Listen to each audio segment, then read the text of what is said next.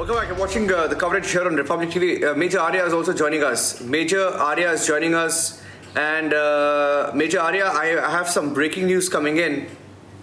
And I'd like to get in the breaking news update that Gursimran is getting us, and I'm coming to you. You can take it from here. I think Colonel Thapar is also with us. Four guests on this part of our broadcast. Colonel V.N. Thapar, Wing Commander Praful Bakshi, Major General Rajan Kochar, Colonel Shailendra Singh, and Major Arya. Over to you now. The breaking news update that we had is that an FIR has been filed by the Jammu and Kashmir Police. They're looking at this as a terror act. Section 16 and 18 of UAPA have been invoked in this particular case. Handing it over to you, Major Arya. Yeah, thank you very much, Niranjan. My guests here today, we have Colonel V.N. Thapar, we have Wing Commander Praful Bakshi, we have Major General Rajan Kochar and Colonel Shailendra Singh, sir. Jai Hind, and a very warm welcome to you on this show, a very special show, sir. Now, there has been an attack on the Jammu Air Force base. Now, all of us know that this is a very strategic and a very critical base. Both the international border and the line of control are not very far from this area as the crow flies. Now, my question first is to Colonel V.N. Thapar. Sir, we all know that air assets are strategic assets. So, one is an attack on an army installation, the other an attack on an Air Force base. How do you think both are different? Because this place is known to have transport aircraft and helicopter units, if my information is correct, sir. How serious is this attack? I request you to...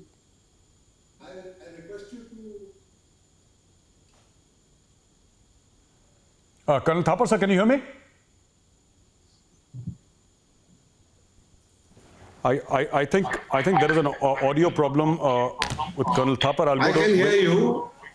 I can hear you, but Wing Commander Praful Bakshi now. A bit of that is lost. Sir, my question to you is, you know, an Air Force base has been attacked. How serious do you think it is? Because air assets, we have always been taught in the armed forces that air assets are strategic assets. So how serious is this attack, sir? It is a tremendously serious attack and has to be taken in all seriousness. I mean, we can't try to diminish its importance for political reasons or otherwise. Militarily, this has a very serious implication because before you came, we were discussing the profile of the attack. It may be from outside the base, it may be well from inside the base because the drone is capable of being man-packed or easily handled, brought in and then used. So therefore, it has become very essential to find out how this drone has operated and the kind of explosive that has been used. As I can see from your pictures, it is an HE blast. It is not a sharpnel or a AP piercing blast, and therefore it's made a round hole. But more the forensic people will tell us. Because why I'm saying this, because the damage would have been much worse. This is all right, it's a building, but had it attacked fighters lying in the open or other aircraft, we also have the big transport aircraft which can change the entire scenario with a small explosive charge. So we have to be very categoric and take into account everything as to how it has happened. I have said earlier that there is a political ferment in Pakistan. Every day there are explosions taking place and people getting killed. Only 3 days ago, there's been a very major explosion with 40 kgs of RDX used. So that kind of a ferment, they are quite capable of doing this kind of an act to divert the attention of the people from what is happening within the house. So that can be taken, but that's only a political consideration. So far as the military impact of this particular attack is concerned, it must be taken as an act of war, and our responses should be accordingly. Thank you. All right. Thank you very much, sir. I'll go to Major General Rajan Kochar. General Kochar, sir, Colonel V.N. Thapar says that this is an HE blast, and My estimate would be that since it's a drone and not the large drones that we talk about, the Guardian or the Reaper, we're talking about commercial drones, sir, because those are easily available. You can get them off the internet. You can buy them off the internet. Possibly plastic explosive, sir. Possibly plastic explosive, light, effective. It's most probably ammonium nitrate kind of an explosive, which is easily available and which can be manufactured into a kind of remotely operated IED. Basically, it is that. It is more of messaging being carried out by our adversary. Secondly is that drones, as you rightly said, normally if it is a military kind of a drone, it has a capability of going up to 250 kilometers. Jammu is 200 kilometers, so it is not that kind of a drone. It is a drone which is easily available off the shelf, having a range of about 20 to 30 kilometers at the most. And it has been used within the hinterland. I'm given to understand the intelligence sources are also homing on to some mobile network also operating in the near vicinity of the air base.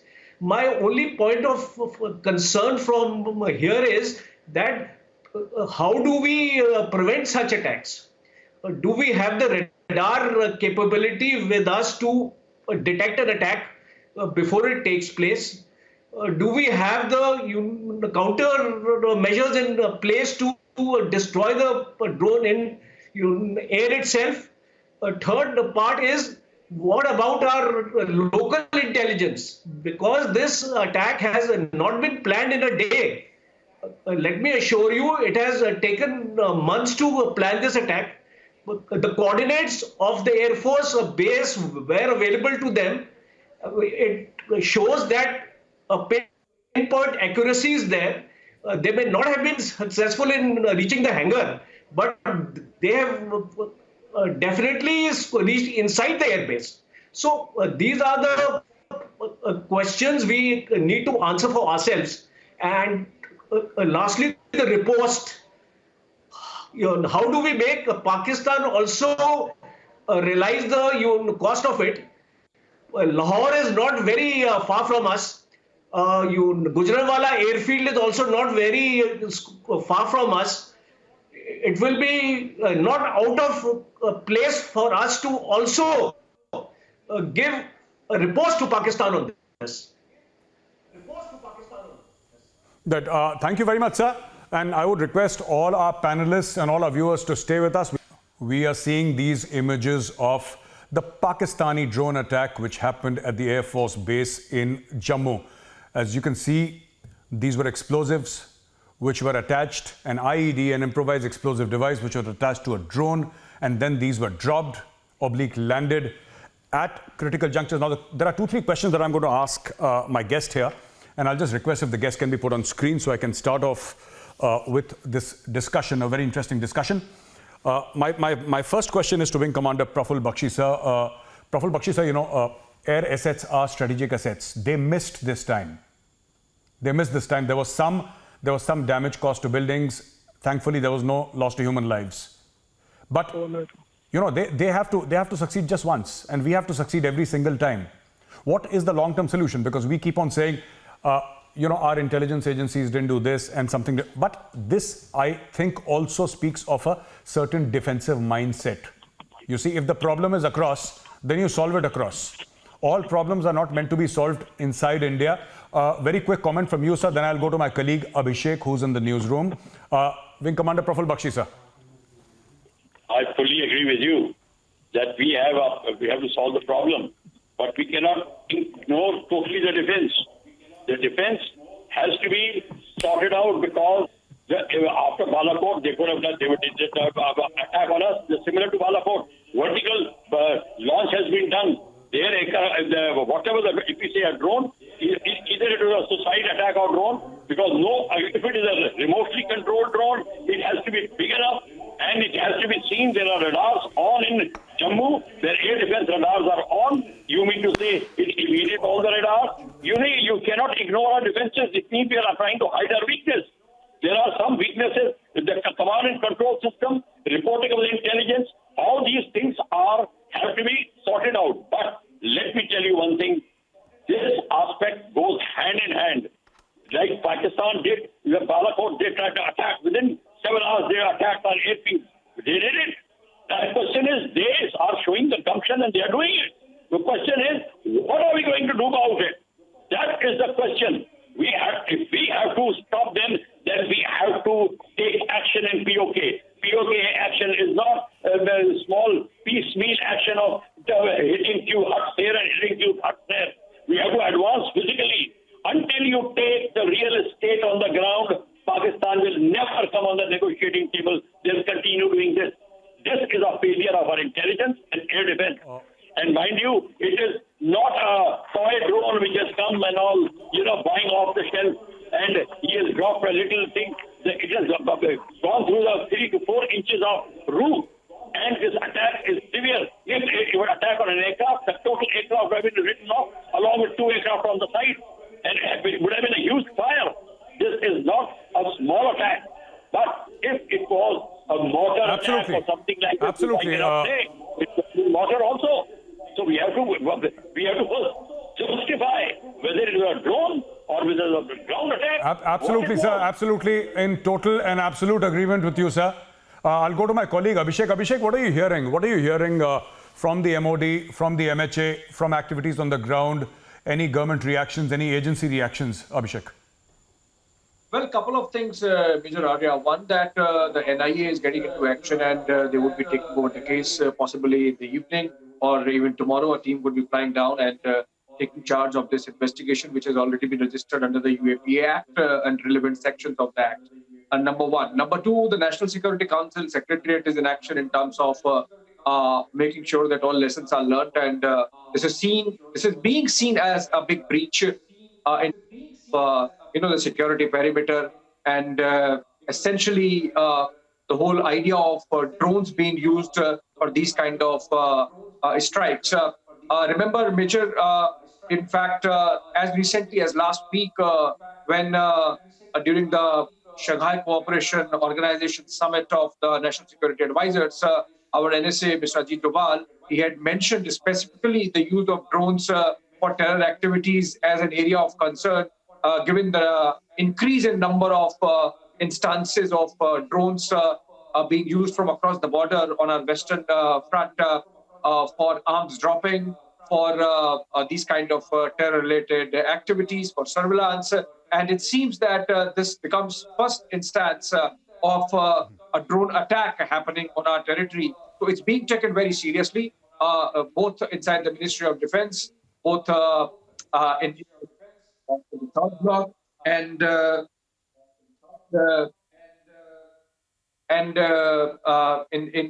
in the National Security Council Secretariat, as I said, apart from, of course, the MHA getting into action with the NIA taking over the case later in the day, possibly, or tomorrow, Major Adam.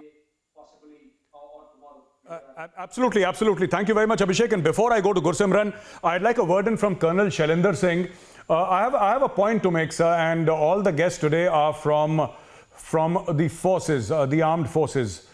We have General Kochar here, and we have Wing Commander Praful Bakshi. And, I'd like to ask all of you, if I can have all my guests on the screen, please. And I have a very important question to ask Colonel Shailendra.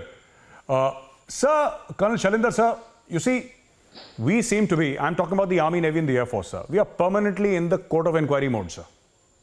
To be very honest. Can I please have the guests on the screen? Can I please have the guests on the screen, please? Thank you. Thank you very much. Colonel Shailendra, sir, we seem to be permanently in the court of inquiry mode. Now, what will happen is there will be a court of inquiry. They'll find out whom to fix, and that person will be fixed. Now, I want to ask you one very simple tactical question, sir. Nothing strategic.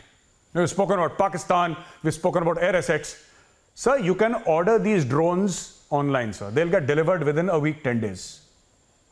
And you can order 100 such drones online, sir. And anybody with a little bit of military knowledge, trained from Pakistan, anywhere else, he will know how to fix an IED. So it's not very difficult to create an IED, it needs military knowledge to create an IED, which can be imported, sir.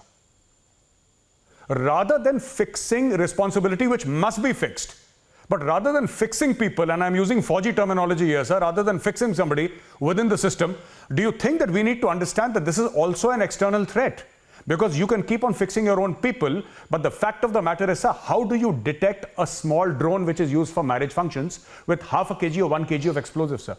This can be brought off a website using a simple debit card, sir, or even pay on delivery. How do you do that, sir? I mean, that's my question to you. How do you stop it unless you fix responsibility across the border? The court of inquiry will happen, but across the border is also where the responsibility needs to be fixed.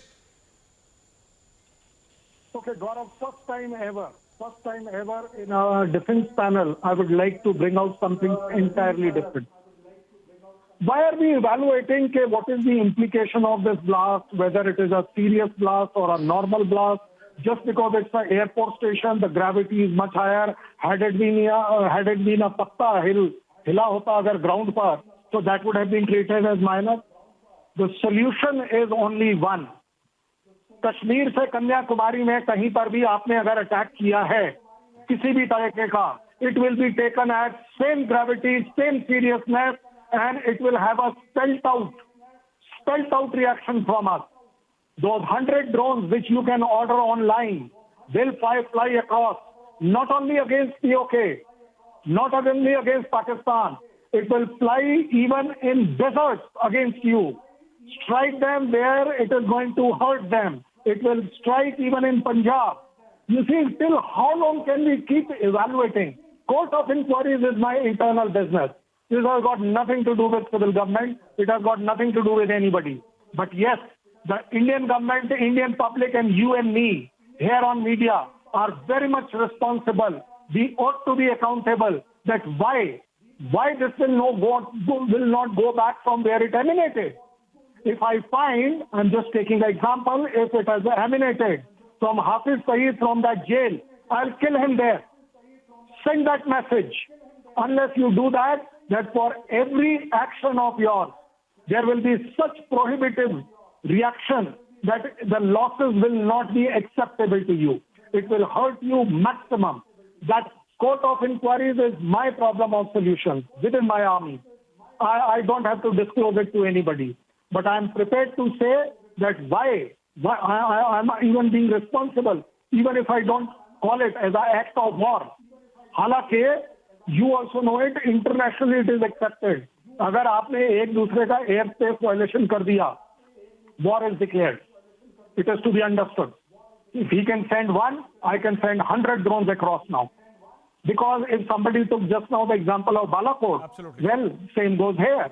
I'm only saying that I'm not prepared to go for a war with you.